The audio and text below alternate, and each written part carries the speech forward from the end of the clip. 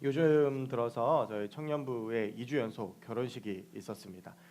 지난주에는 우리 김대리 전사님께서 결혼을 하셨고 어제는 우리 재업이와 수림이가 결혼을 해서 지금은 신혼여행을 가는 비행기 안에 있습니다. 우리 전사님은 지난주에 결혼했는데 왜 신혼여행을 안 가실까 생각하실 수도 있는데요. 우리 전사님은 이제 오늘 밤, 그러니까 내일 새벽 1시죠. 오늘 12시 지나서 1시에 이제 유럽행 비행기를 또 타십니다. 우리 전사님 위해서도 또 같이 좀 기도해 주시면 좋겠습니다.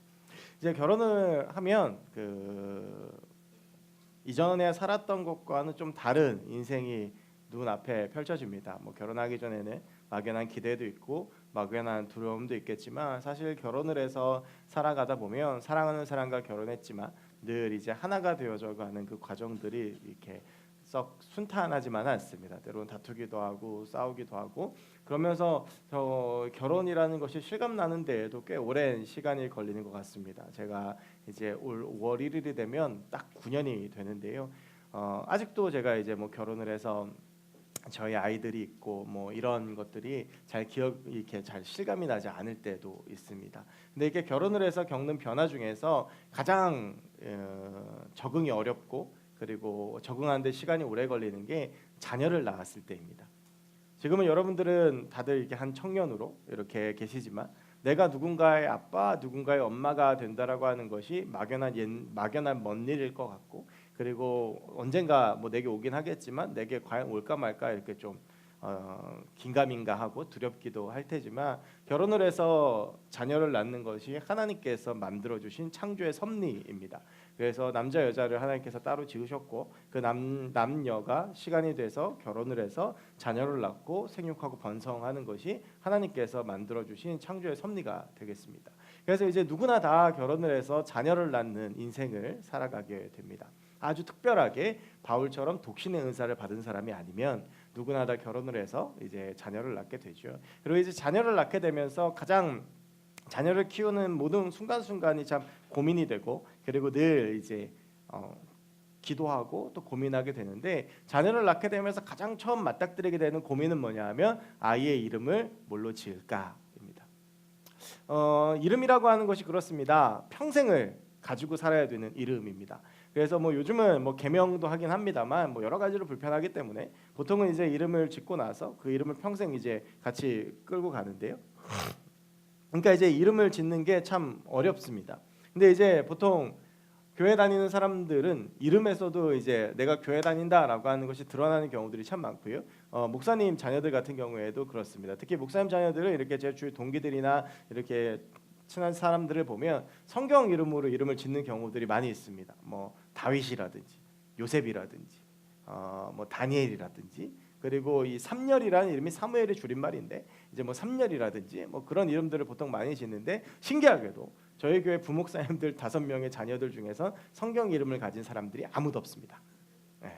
그래서 뭐 그게 뭐 썩 뭐 그렇죠. 그랬는데 저희 아이들도 그렇습니다. 저희 아이들 둘의 이름은 제가 지었습니다. 첫째가 예영이고 둘째가 예담입니다. 그래서 첫째 아이의 이름은 예수님께 영광을 돌리는 사람이라는 뜻이고요. 두 번째 예담은 예수님을 닮는 사람이라고 하는 뜻입니다. 그래서 제가 지었는데 뭐 어쨌든 얘들은 이게 뭐 싫든 좋든 평생을 가지고 살아야 되는 이름입니다. 이렇게 저는 이름을 지을 때 저희 와이프가 너무 이제 성경 이름 하지 말자 그래가지고 이름을 지었는데 그래도 첫째는 모르겠는데 둘째는 이름 들으면 다 교회 다니는지 알더라고요. 그래서 이제 그렇게 이름을 짓게 되는데요.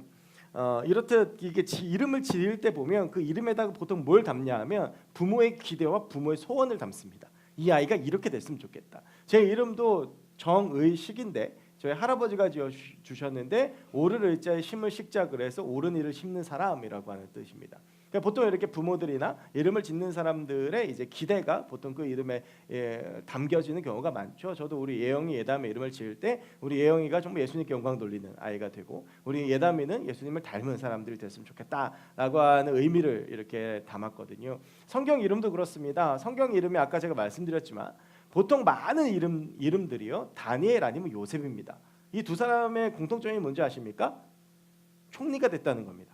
그러니까 성경에서 몇 안 꼽히는 성공 사례 중에 하나가 이 다니엘이나 요셉입니다. 물론 그들의 인생을 이렇게 들여다보면 꼭 그들의 인생의 성공이라고만은 볼 수 없겠지만 어쨌든 뭐 드러나기로는 뭐 총리가 됐고 높은 자리에 올라갔기 때문에 사람들이 보통 그렇게 이름을 짓습니다. 특별한 경우 아니고 뭐 바울 이렇게 이름을 짓는 사람들은 별로, 욥 이렇게 이름을 짓는 경우는 별로 없습니다. 본인이 이제 스스로의 이름을 욥으로 개명하는 경우는 있습니다. 그래서 뭐 선교사로 이렇게 내가 고난 받으면서 살겠다. 근데 아이를 딱 낳는데 아이를 정욥 지으면 평생 그렇게 생각. 저 아빠가 좀 이상한 거 아니야? 다 이렇게 생각하지 않겠습니까? 아빠가 보통 그렇게 생각하죠. 근데 제가 이제 방금 말씀드린 성경 이름들도 있고 저처럼 이렇게 또 이런 의미를 담는 이름들도 있습니다만 이게 신학교에 가면 신학교에는 그런 이름들이 보통 많습니다. 신학교에는 보통 부모님들이 교회 다니는 아이들이 많으니까 뭐 여러 이름들이 있는데 제가 신학교에 7년 다니면서 가장 많이 본 여자 아이의 이름이 온유였습니다. 온유라는 이름을 정말 많이 받고 우리 어느 교회 나가도 온유라는 이름을 가진 친구들이 꼭 한두 명은 있습니다.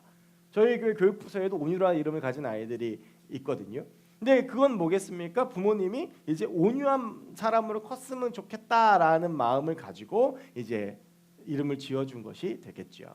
오늘 마태복음 5장 5절이 팔복의 세 번째 시간인데 예수님께서 온유한 자는 복이 있다라고 말씀하시면서 그들이 땅을 기업으로 받을 것이다라고 말씀을 하고 있습니다. 그래서 오늘 이 온유함에 대한 이야기들을 좀 함께 나누어 보려고 하는데요. 여러분 온유라는 말을 들으면 어떤 이미지가 생각나십니까? 온유 그러면 보통 온유하면 떠오르는 이미지는 이런 겁니다. 화 안 내고 착하고 조용하고 뭐 보통 그런 이미지. 그래서 우리가 온유한 사람이다라고 그러면 화도 잘 안 내고 그냥 뭐 이렇게 누가 말을 해도 그냥 가만히 웃고 뭐 이런 사람들을 온유하다고 하는데 그런 개념으로 치면 온유함과 정말 거리가 먼 사람이 저죠. 저도 지난주에 설교 영상 보고 깜짝 놀랐습니다. 얼굴이 터지는 줄 알았습니다. 막 그걸 듣고 뛰쳐나가지 않고 앉아있는 여러분들 전 존경합니다. 근데 우리가 단순히 온유함이라고 하는 것을 화를 내지 않고 그냥 뭐 얌전하고 착한 걸로만 본다면 성경에서 드러난 예수님의 모습도 썩 온유하지는 않습니다. 대표적인 게 어디냐면요. 마태복음 25장 12절부터 13절까지인데요. 제가 읽어드리겠습니다. 예수께서 성전에 들어가사 성전 안에서 매매하는 모든 사람들을 내쫓으시며 돈 바꾸는 자들의 상과 비둘기 파는 사람들의 의자를 둘러 엎으시고 그들에게 이르시되 기록된 바 내 집은 기도하는 집이라 일컬음을 받으리라 하였거늘 너희는 강도의 소굴을 만들었다. 여러분 보시면 예수님께서 어떻게 하셨습니까? 성전에서 매매하는 자들을 그냥 뭐 온유한 우리가 생각하는 온유함이 어떻습니까? 야 니네 여기서 이러지 마. 이러면 안 돼. 이 정도로 끝내야 되는데 그게 아니라 상을 엎으시고 의자를 집어 던지시면서 너희는 여기를 강도의 소굴로 만들었다라고 말씀하셨습니다. 예수님께서 바리새인들에게 뭐라고 말씀하셨습니까? 이 독사의 자식들아.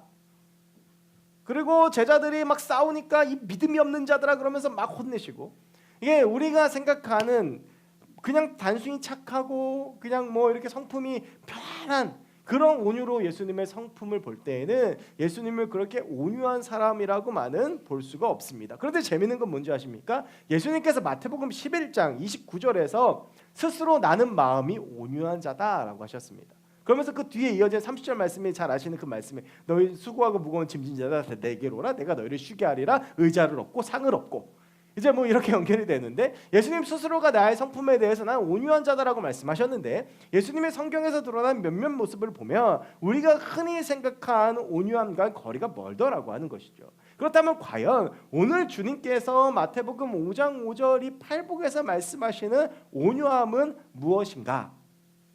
라고 하는 것을 잠깐 이야기해 보려고 합니다. 이 온유라는 말의 헬라어 원어는 프라우스라고 하는 것입니다. 그 포커에 나오는 풀하우스가 아니라 프라우스. 여러분 이 말을 잘 기억을 오늘 설교 끝까지 하셔야 됩니다. 프라우스라고 하는 말인데 이 프라우스라는 말이 이제 여러분 아시겠지만 구약 성경은 히브리어로 쓰여졌고 신약 성경은 헬라어로 쓰여졌습니다. 그래서 이 프라우스라고 하는 것은 헬라어인데 이 프라우스라는 말이 히브리어에서 어떤 말에서 왔냐를 보면 아나임이라고 하는 말에서 왔습니다. 아나임이라고 하는 말이 신약에 넘어와서 프라우스가 되면서 이게 한글로 번역될 때 온유함이라고 번역이 된 겁니다. 그렇다면 이 원어인 아나임이란 말의 뜻은 무엇이냐라고 했을 때 이것은 억압 중에서도 겸손한 자세를 잃지 않는 사람들이라고 하는 뜻입니다. 그러니까 이 프라우스라고 하는 말에는 온유함 플러스 겸손함이 들어져 있다는 말이고요. 이 겸손한 것이 우리의 감정적인 것으로 표현이 될 때 그것을 온유함이라고 표현한다라고 하는 것입니다. 겸손함에 대해서 지난주에 말씀드렸습니다. 내가 죄인임을 깨닫고 나에게 예수님이 필요하다는 것을 인정하는 것이다 라고 말씀을 드렸습니다. 즉 온유함이라고 하는 것은 나의 감정을 신뢰하거나 의지하는 것이 아니라 그 감정대로 행하는 것이 아니라 내가 주인 되는 것이 아니라 겸손함은 뭐라고 그랬습니까? 내 인생의 주인이 하나님이신 것을 인정하는 것. 그러니까 온유함은 내가 주인이 돼서 내 감정을 내 멋대로 하는 것이 아니라 하나님이 주인이 되셔서 하나님의 마음을 가지고 하나님을 신뢰하며 하나님이 원하시는 대로 생각하고 행동하는 것이 온유함이다라고 하는 것입니다. 이것에 대해서 ESV라고 하는 주석 성경에서는 온유함을 이렇게 정의합니다. 자신의 힘으로 자신의 입장을 관철하기 위해 남들에게 자신을 내세우지 않지만 그럼에도 불구하고 하나님을 신뢰하는 것. 즉 온유함이라고 하는 것은 단순히 화를 내지 않고 잘 참고 온순하고 유순한 성품을 의미하는 것뿐 아니라 물론 그것도 들어갑니다. 그런데 그것 이상으로 가는 어떤 것을 말하냐 하면 어떠한 경우에라도 감정대로 흔들리지 않고 기분대로 흔들리지 않는 삶을 이야기한다라고 하는 것입니다. 즉 온유하다라고 하는 것은 변함없다, 신실하다는 것과 같은 의미라고 생각할 수 있다라고 하는 것입니다. 어떠한 마음에라도 어떠한 상황에라도 하나님의 마음을 가지고 행동하는 것. 어떠한 일을 만나든지 간에 내 마음의 중심을 하나님께 두고 행동하는 것을 온유함이라고 볼 수가 있습니다. 그러니까 이렇게 온유함을 해석을 하면 예수님의 행동들이 이해가 됩니다. 여러분 당시에 성전의 모습이 어땠냐면 성전은 거룩한 곳입니다. 그런데 그 성전 앞에 어떤 사람들이 있었냐면 비둘기를 팔고 그 비둘기를 팔기 위해서 돈을 환전하는 매매상들이 있었습니다. 여러분 그 당시에는 성전에서 여전히 제사의 문화들이 있었습니다. 특히 6월절이 되면 모든 사람들이 예루살렘 성전으로 모여들었습니다. 그런데 여러분 이렇게 생각해 보시면 됩니다. 예루살렘 성전을 서울이라고 생각했을 때 우리 집이 한 저쪽 창원 부산쯤 됩니다. 그러면 예루살렘으로 올 때 뭘 가지고 와야 됩니까? 제사의 자리로 나아가기 위해선 제물을 가지고 나와야 되죠. 그러면 그게 소나 양이나 가난한 사람들은 비둘기입니다. 그러면 이 사람들이 저기 수원에서부터 소를 메고 오는 겁니다. 차가 있습니까? 뭐가 있습니까? 오는 힘들겠죠. 그러니까 보통 어떻게 합니까? 와서 사는 겁니다. 그러니까 준비되어 있는 예물을 가지고 오는 것이 아니라 와서 사는데 그러니까 성전 앞에는 그런 비둘기나 소나 양 파는 사람들이 가득했던 겁니다. 그리고 이거를 사야 되면 돈을 어느 정도 환전을 해야 되는 거예요. 그러니까 그런 매매하는 사람들이 가득했는데 이 사람들이 누구하고 결탁이 되어져 있었냐 하면 바리새인이나 제사장들하고 결탁이 되어져 있었습니다. 여러분 보세요. 그 수많은 사람들이 모여드는데 아무나 와서 자리를 깔고 장사할 수 있었겠습니까? 허락을 받고 장사를 해야 되죠. 그러려면 그 가운데 지분이 있는 바리새인이나 제사장들하고 이게 뭔가 싸바싸바가 돼야 되는 거예요. 그러려니까 어떻게 됩니까? 뒷돈 찔러주는 거죠. 그러니까 성전이 어떻게 된 겁니까? 완전히 난전이 된 거예요. 그냥 성전을 이용해서 돈벌이하는 사람들을 성전에 가득 찬 겁니다. 그러니까 우리 교회로 치면 이렇게 재물 파는 사람들, 돈 바꾸는 사람들이 본당 로비부터 시작해가지고 저쪽에 교육관 입구까지 쫙 있는 거예요. 근데 본당 로비 쪽은 어떻습니까? 거기는 더 비싼 자릿세를 받고 저쪽 구석에 가면 그 사람들은 더 싼 자릿세를 받으면서 그 돈을 이제 제가 다니면서 받아서 인마의 포켓을 뒤로 챙기는 거죠. 예수님 하나님 보시면 어떻겠습니까? 하나님의 거룩한 성전이 이용당해서 돈벌이하는 사람들이 넘쳐나니까 하나님 입장에서는 화가 나고 분노하시는 거죠. 그러니까 그 자리에서 상을 얻고 의자를 쫓으시면서 이 집은 기도하는 집이다. 너희가 왜 내 집을 이렇게 장사꾼의 소굴로 만드느냐? 너희는 강도다라고 말씀하시는 겁니다. 하나님의 마음을 가지고 하신 거예요. 싸우는 제자들, 서로 누가 높냐고 싸우는 제자들, 믿음이 없는 제자들을 향해서 책망하신 것도 마찬가지입니다. 얼마나 그들을 보면서 애타고 안타까우셨겠습니까? 여러분 온유함이라고 하는 것은 단순히 유순한 성품을 의미하는 것이 아니라 하나님의 마음을 가지고 사는 사람들을 의미하는 것입니다. 그리고 어떠한 경우에라도 감정과 내 생각과 내 마음의 지배를 받고 흔들리는 것이 아니라 감정의 소용돌이대로 움직이고 행동하는 사람이 아니라 하나님의 마음을 가지고 하나님이 원하시는 대로 행동하는 사람이 온유한 사람입니다. 그 가장 대표적인 사람이 누굽니까? 모세입니다. 여러분, 성경에서 모세의 인생을 요약하면서 이렇게 이야기합니다. 온유함이 모세보다 지면에 승한 사람이 없었다. 이걸 쉽게 말하면 무슨 말인지 아십니까? 이 땅에서 모세가 제일 온유하다라는 것입니다. 여러분이 모세를 한번 보십시오. 모세가 이스라엘 백성들을 40년 동안 출애굽을 해서 인도했습니다. 그런데 여러분, 이스라엘 백성들이 보여줬던 행동이 어떤 겁니까? 맨날 와가지고 불평하고 불만하는 겁니다. 먹을 거 주면 배가 고픕니다. 만나 줬습니다. 만나를 실컷 먹고 나서 또 와서 뭐라 그럽니까? 고기 먹고 싶습니다. 그러면 또 고기를 줍니다. 고기 먹었더니 뭐라 그럴까? 목마릅니다. 그럼 물 줍니다. 덥습니다. 구름 기둥 가리고, 춥습니다. 불 기둥으로 가리고, 홍해 앞에 있으면 갈라지고. 여러분, 40년 동안 하나님께서 그들의 인생 순간순간마다 다 개입을 하셨는데 그들은 늘 나와서 어떻게 합니까? 불평불만합니다. 여러분, 그걸 다 듣고 감당해야 되는 모세가 어떻겠습니까? 저라면 화를 12번? 아니요, 12번이 뭡니까? 1년에 12번 40년 그렇게 냈을 겁니다. 그런데 여러분, 성경에 보면 40년 동안 모세가 화를 딱 한 번 냅니다. 그 외에는 절대 그 감정대로 흔들리지 않습니다. 열받지 않았겠습니까? 여러분, 모세가 나중에 하나님께 하신 기도 보면 열받습니다. 근데도 모세는 그 자신의 감정의 소용돌이대로 행동하지 않습니다. 이스라엘 백성들이 요구를 하면 그들을 상대하는 것이 아니라 어떻게 합니까? 하나님께 가지고 나아갑니다. 하나님, 쟤들이 또 이래요. 어떻게 하죠?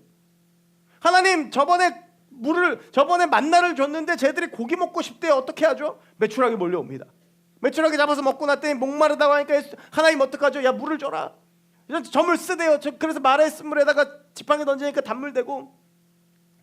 여러분, 모세는 사람이 자기에게 이야기를 할 때 그 감정대로 그 사람을 상대한 것이 아니라 그 마음속에 있는 감정이 있지만 그것을 가지고 누구 앞에 나아갔냐 하면 하나님 앞에 나아갔습니다. 충분히 자기 감정대로 할 수 있습니다. 지도자입니다.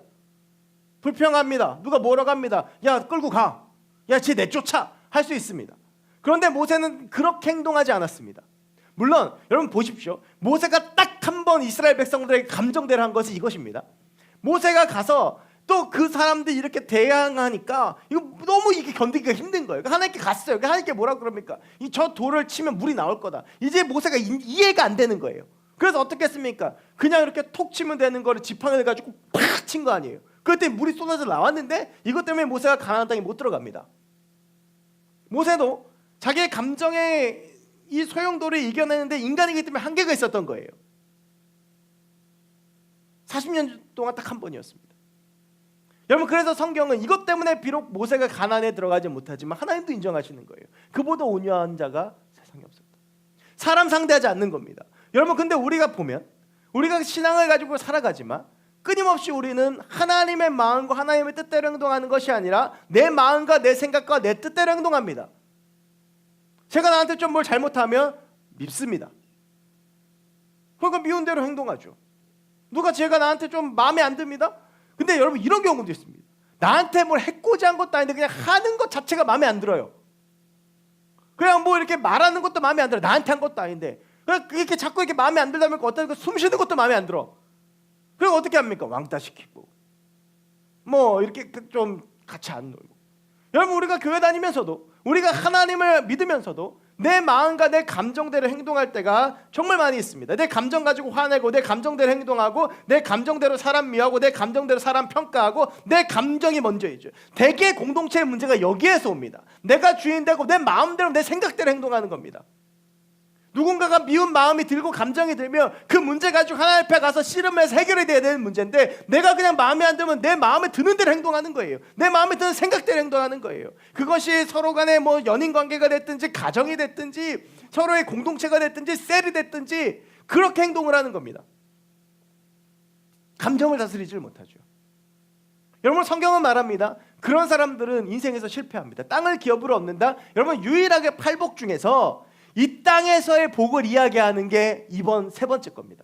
전부 다 뭐 천국이 저희 것이다, 위로받을 것이다 이렇게 하죠. 그런데 오늘 세 번째 복은 뭐를 얘기하냐면 너희 땅을 기업으로 받을 거야. 자기 감정 다스리지 못하면 성공 못하는 겁니다.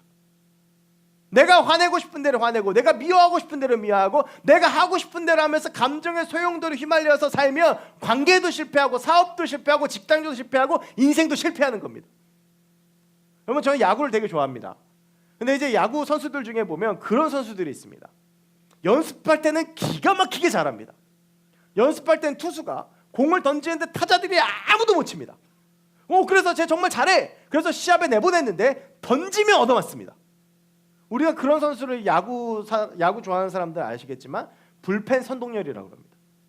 선동열이라는 대한민국 최고의 투수가 있었는데 불펜에서는 그 선동열만큼 공을 던지는데 나가기만 하면 얻어맞는 겁니다. 왜요? 가슴이 새 가슴이라. 주변에 너무 많은 관중들이 있고 위기 상황에 봉착하면 확 가슴이 콩닥콩닥 뛰니까 어떻습니까? 불펜에서 150km 빡빡 던지는데 실제로 던지면 130km 나오는 겁니다. 그런 선수 내려가지고 또 던지게 하는데 못하는 겁니다. 타자들도 마찬가지입니다. 막 평소에는 그냥 막 다 폼런 쳐 연습할 때 다 넘어가. 근데 나오기만 하면 헛스윙 삼진입니다. 감정을 다스리지 못하니까. 흥분되는 감정, 두려운 감정 못 다스리니까. 그래서 그 감정이 흘러가는 대로 경기에도 지는 겁니다. 여러분 우리 신앙도 마찬가지입니다. 우리가 신앙을 가지고 살아가는데 화를 내지 않아도 될 일에 화를 내서 상황을 더 어렵게 만들고 생각해보면 별로 큰일도 아닌데 마음상에서 다른 사람 미워하고 내가 참고 그냥 넘어가면 되는 문제인데 서운하거나 짜증내서 공동체 어렵게 만들고 관계 깨고 내가 하기 싫어서 해야 하는 일들 그리치고 내가 해서는 안 될 일들이지만 감정을 이기지 못해서 죄를 짓습니다.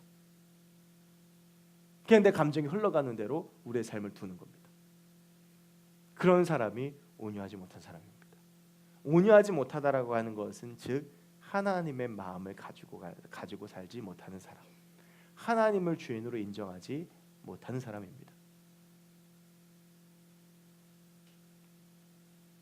그럼 제가 오늘 이 말씀을 이렇게 준비하다가 가장 하나님 앞에서 회개하고 기도했던 부분 중에 하나가 제가 이 온유함을 가장 지키지 못했던 곳이 가정이었습니다. 그냥 아내와의 관계에서 서운하면 삐지고 화나면 화내고 그러다 보니까 늘 싸우고 늘 다투고. 제가 오늘 드린 말씀대로라면 아내한테 좀 서운한 마음이 들고 아내한테 좀 뭔가 화가 나는 일이 있으면 일단 아내하고 상대하지 말고 하나님께 와서 기도하고 하나님이 무엇을 원하시는지 하나님의 마음을 품고 나아가야 되는데 그게 아니라 내 마음대로 행동한 거예요. 그러니까 가정에 몇 차례 위기도 오고 막 이혼이기도 오고 그랬습니다. 여러분 부부관계 최고의 실패는 뭡니까? 이혼입니다. 즉 자기의 감정을 다스리지 못하면 그 관계가 건전하게 온전히 설 수 없는 것입니다. 근데 재밌는 건 뭔지 아십니까? 9년 동안 무수히 그렇게 싸우고 그렇게 관계에 실패하고 막 화가 나고 이랬는데 지금 생각해보면 진짜 위기가 왔던 몇 번의 그 다툼이 있었는데 지금 돌이켜보면 왜 싸웠는지 기억이 나질 않습니다. 무슨 얘기입니까? 그만큼 심각한 문제가 아니었던 거예요. 그런데 그 당시엔 그게 그렇게 심각한 거예요. 왜? 그때는 이미 내 감정이 상해 있으니까. 내 감정이 상해 있으니까 그때는 그게 막 죽도록 심각한 문제 같은데 시간 좀 지나고 보니까 기억도 안 나는 거예요. 여러분 이렇게 생각해보면 우리가 우리의 감정대로 휩쓸려 살아간다라고 하는 것이 얼마나 위험한 것인지에 대해서 다시 한번 돌이켜보게 됩니다. 그래서 오늘 예수님께서 말씀하시는 거예요. 이 감정 다스리는 것을 실패하는 사람은 그 땅을 기업으로 받지 못합니다. 인생이 실패할 수밖에 없습니다. 감정을 다스리지 못하고 감정의 파도에 휩쓸리는 사람은 학업에 실패하고 인간관계에 실패하고 직장과 사업에 실패하고 그런 사람이 있는 공동체는 실패할 수밖에 없습니다.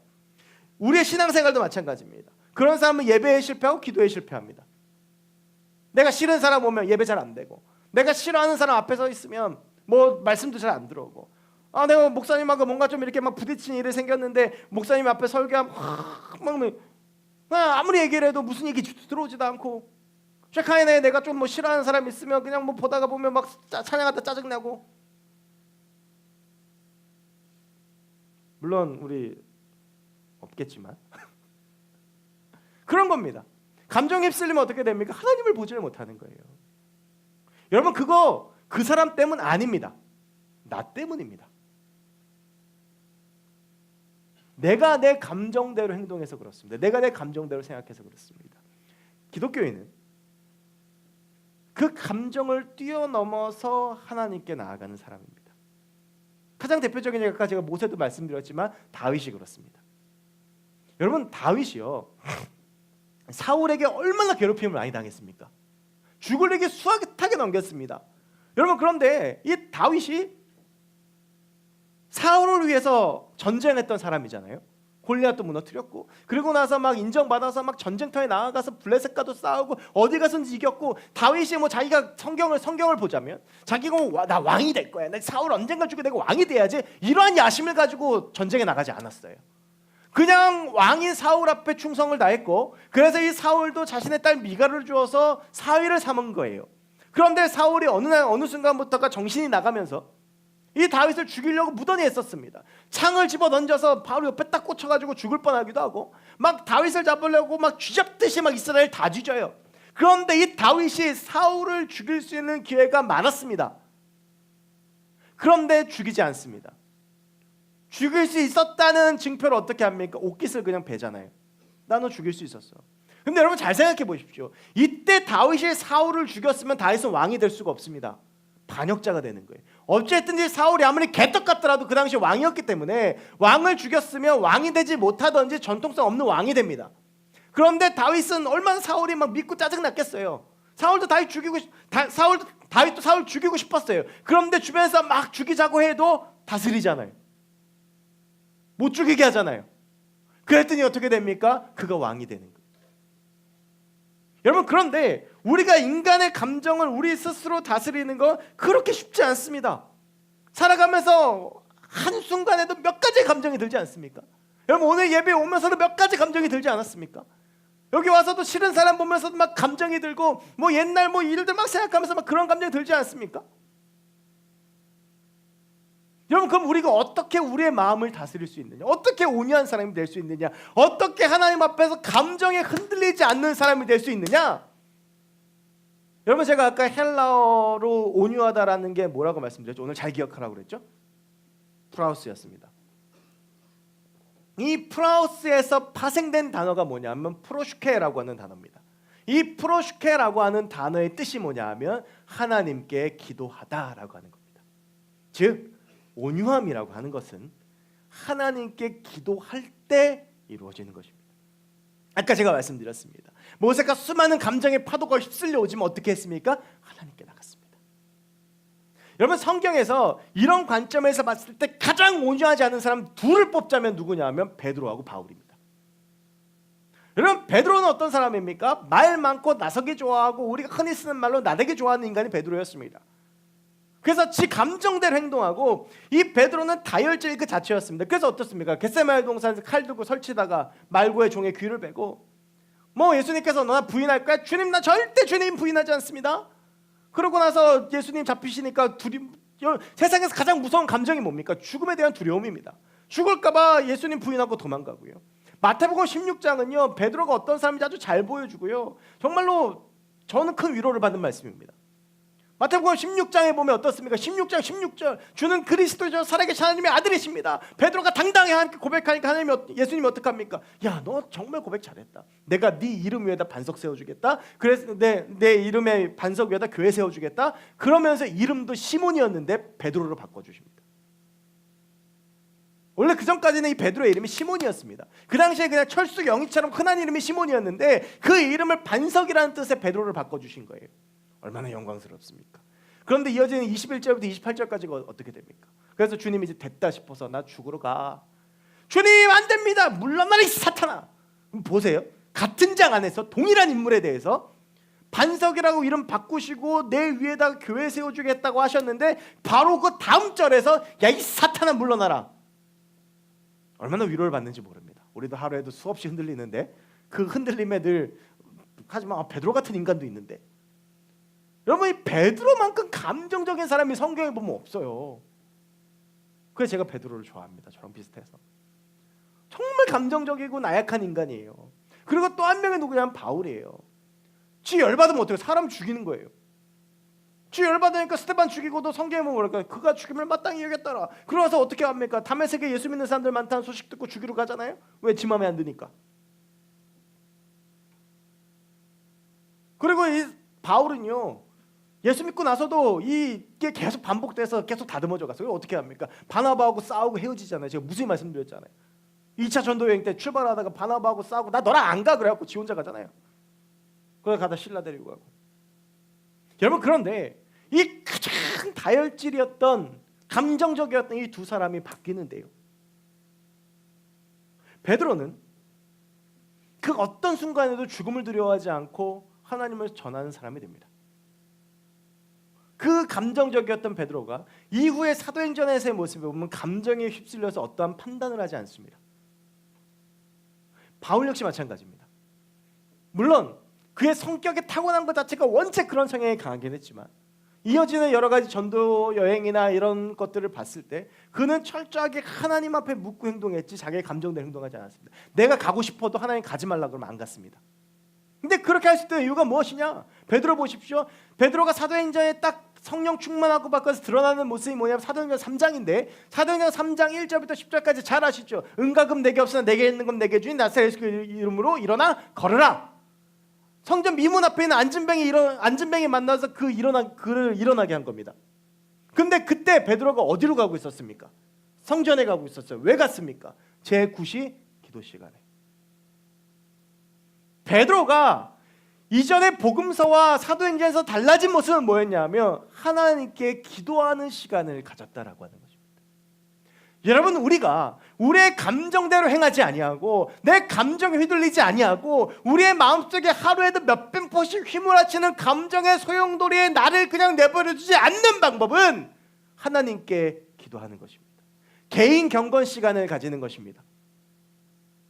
하루 중에 어느 정도의 시간을 두고 기도하고 말씀 묵상하고 하나님의 음성을 듣고 하나님께 나아가는 시간을 가지는 것입니다. 바쁘게 이리저리 왔다 갔다 하는 중에도 딱 내가 정한 시간이 되면 그 시간만큼 하나님 앞에 나아가야 되는 것입니다. 새벽 기도가 됐든 새벽 기도가 나오기 힘들면 저녁에 일정 시간이 됐든 그것이 1시간이 됐든 2시간이 됐든 정확하게 기도의 시간을 정하고 그 내 감정을 하루 종일 느꼈던 내 감정들 그리고 여러 가지 하루 종일 내가 품었던 여러 가지 마음들을 하나님 앞에 솔직히 꺼내어 놓고 그 하나님 앞에서 나를 돌아보고 내 감정을 돌아보고 이 감정이 과연 하나님이 주신 것인지 내 인간의 감정인지를 돌아보고 점검해야 되는 시간이 있어야 되는 것입니다. 우리가 많은 시간들 내 마음대로 잘 씁니다. 내 하고 싶은 대로 씁니다. 영화 보는 2시간 훌딱 지나갑니다. 어디 가서 뭐 쇼핑하고 여러분 그런 역사 보시지 않습니까? 인터넷 쇼핑을 했는데 분명 난 한지 1분밖에 안 된 것 같은데 1시간이 되고 순식간에 확 시간이 지나갑니다. 그런데 하나님 앞에 나가는 시간은 없습니다. 그런데 하나님 앞에 나를 세워보는 시간이 없습니다. 하나님 앞에 나를 점검하는 시간이 없습니다. 그러니까 감정이 주인 되는 겁니다. 하나님 앞에서 나를 돌아보고 내 감정을 꺼내보고 이 감정이 과연 하나님이 기뻐하시는 것인지를 보고 내 안에 끊임없이 들었던 하루의 생활들을 정리해보고 하루의 시작을 주님 앞에서 점검해봐야 되는데 그런 시간이 없으니까 감정이 주인 되고 기분이 주인 돼서 그것들이 내 삶을 좌지우지하는 겁니다. 여러분 분명히 여러분의 시간을 주님 앞에 드려야 될 필요가 있습니다. 베드로가 제9시 기도 시간에 성전으로 기도해서 갔듯이 우리도 분명히 1시간만큼을 정해놓고 분명히 일정 시간을 정해놓고 그 시간 하나님 앞에 날 세우지 않으면 하나님이 내 인생의 주인이 되실 수가 없습니다. 핸드폰이 주인되고 TV가 주인되고 쇼핑이 주인되고 사람이 주인되고 친구가 주인되고 애인이 주인되고 가족이 주인되는 겁니다. 여러분이 가장 드리기 어려운 시간만큼 하나님 앞에 드리고 그 시간을 여러분 하나님 앞에 세우시고 여러분 스스로를 한번 점검해 보십시오.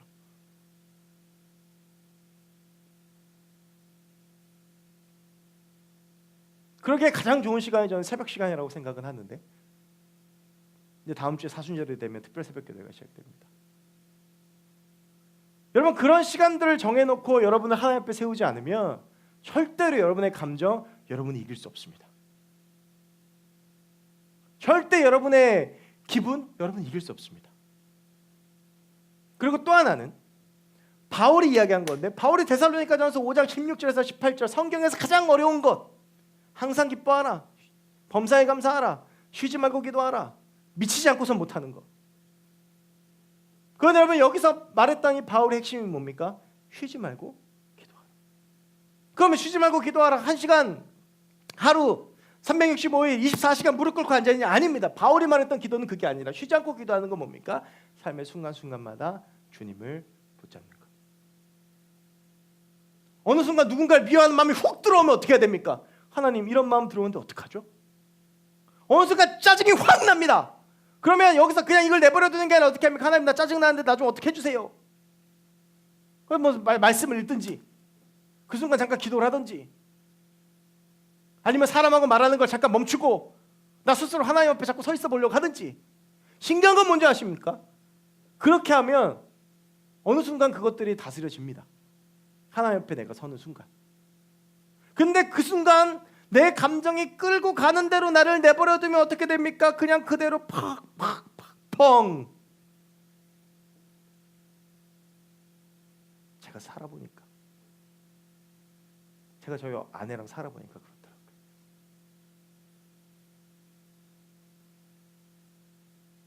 개인의 경건 시간을 정해놓고 하나님 앞에 드리는 것 아주 중요합니다. 그리고 여러분의 삶의 순간에 하나님을 놓치지 않는 것 아주 중요합니다.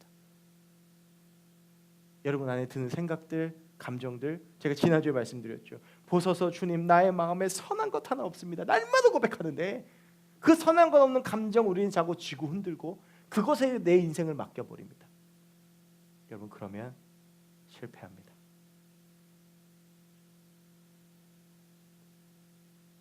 여러분, 그리스도인에게 결코 우연은 없다는 거 믿으십니까? 그러면 학교나 직장에서 짜증나는 인간 만나는 것도 주의 뜻입니다. 그를 왜 기도해 주든지, 그를 전도하든지, 뭐 그를 통해서 내가 연단되든지, 그때 우리의 눈을 들어서 주님을 바라볼 수 있어야 하는 것입니다. 여러분, 오늘 주님께서 온유한 자는 복이 있다라고 말씀하셨습니다. 이것은 그냥 유순하게 잘 참고 착하게 살라는 얘기가 아닙니다. 여러분들한테 하루에도 몇 번씩 들끓는 감정의 주인 되지 말고, 그것들에 내 인생 내버려 두지 말고, 삶의 매 순간마다 하나님 붙잡으라라고 하는 것입니다. 어떠한 상황 속에서도 하나님을 붙잡고 살아가라라고 하는 것입니다. 제가 오늘 말씀을 준비하면서 참 많이 불렀던 찬양이 모든 상황 속에서입니다. 여러분, 우리의 삶을 보면 상황 속이 얼마나 많은 상황들이 있습니까? 근데 그 상황들이 그냥 뭐 영화처럼 훅 지나가는 것들이 아니라 그 순간에 끊임없이 나의 많은 생각과 감정들이 소용돌이칩니다. 그런데 그때 우리가 어떻게 해야 되느냐? 우리가 그때 주님을 바라봐야 됩니다. 내 영혼이 확정되었으니 내가 주님 앞에 흔들리지 않겠다는 그 고백을 가지고 믿음의 눈을 들어 주를 바라보아야 합니다. 내 감정대로 내버려 두지 말고, 내 생각대로 내버려 두지 말고, 내 마음대로 내버려 두지 말고, 여러분의 감정이 주인 노릇하게 하지 말고, 여러분의 생각이 주인 노릇하게 하지 말고, 여러분의 인생을 하나님 앞에 세우시기 바랍니다. 오늘 성경은 약속합니다. 그런 사람에게 하나님께서 땅을 기업으로 주십니다. 내 마음, 내 감정대로 흔들리는 사람에게 주님께서 물질 맡기지 않으십니다. 재정 맡기지 않으십니다. 이 땅을 맡기지 않으십니다. 어떠한 순간에라도 하나님을 붙잡는 사람, 어떠한 순간에라도 주님을 바라보는 사람, 어떠한 순간에라도 주님 앞에 흔들리지 않고 주님 붙들고 사는 사람, 내 감정이 아니라 하나님의 마음과 생각으로 충만한 사람, 하나님은 그 사람을 쓰시는 줄로 믿습니다. 여러분, 저는 우리가 그런 사람들이 되었으면 좋겠습니다. 늘 주님 바라보고, 늘 주님 의지하고, 늘 주님과 함께 걷고, 늘 주님의 손을 붙잡고 주님과 함께 승리하는 사람. 그럴 때 오늘 주님께서 약속하신 대로 우리 주님께서 우리에게 주의 일들과 주의 역사하심과 주님의 큰 일들을 맡겨주실 줄로 믿습니다. 우리 그 주님 바라보면서, 그 주님 의지하면서 믿음의 눈을 들어 흔들리지 아니하고 내 마음 주님 앞에 드리고 내 안을 주님으로 가득 채우고 살아가서 정말 믿음으로 승리하는 우리 모두가 되었으면 좋겠습니다. 우리 지금 같이 함께 말씀 기억하시면서 이 찬양 주님 앞에 드리겠습니다.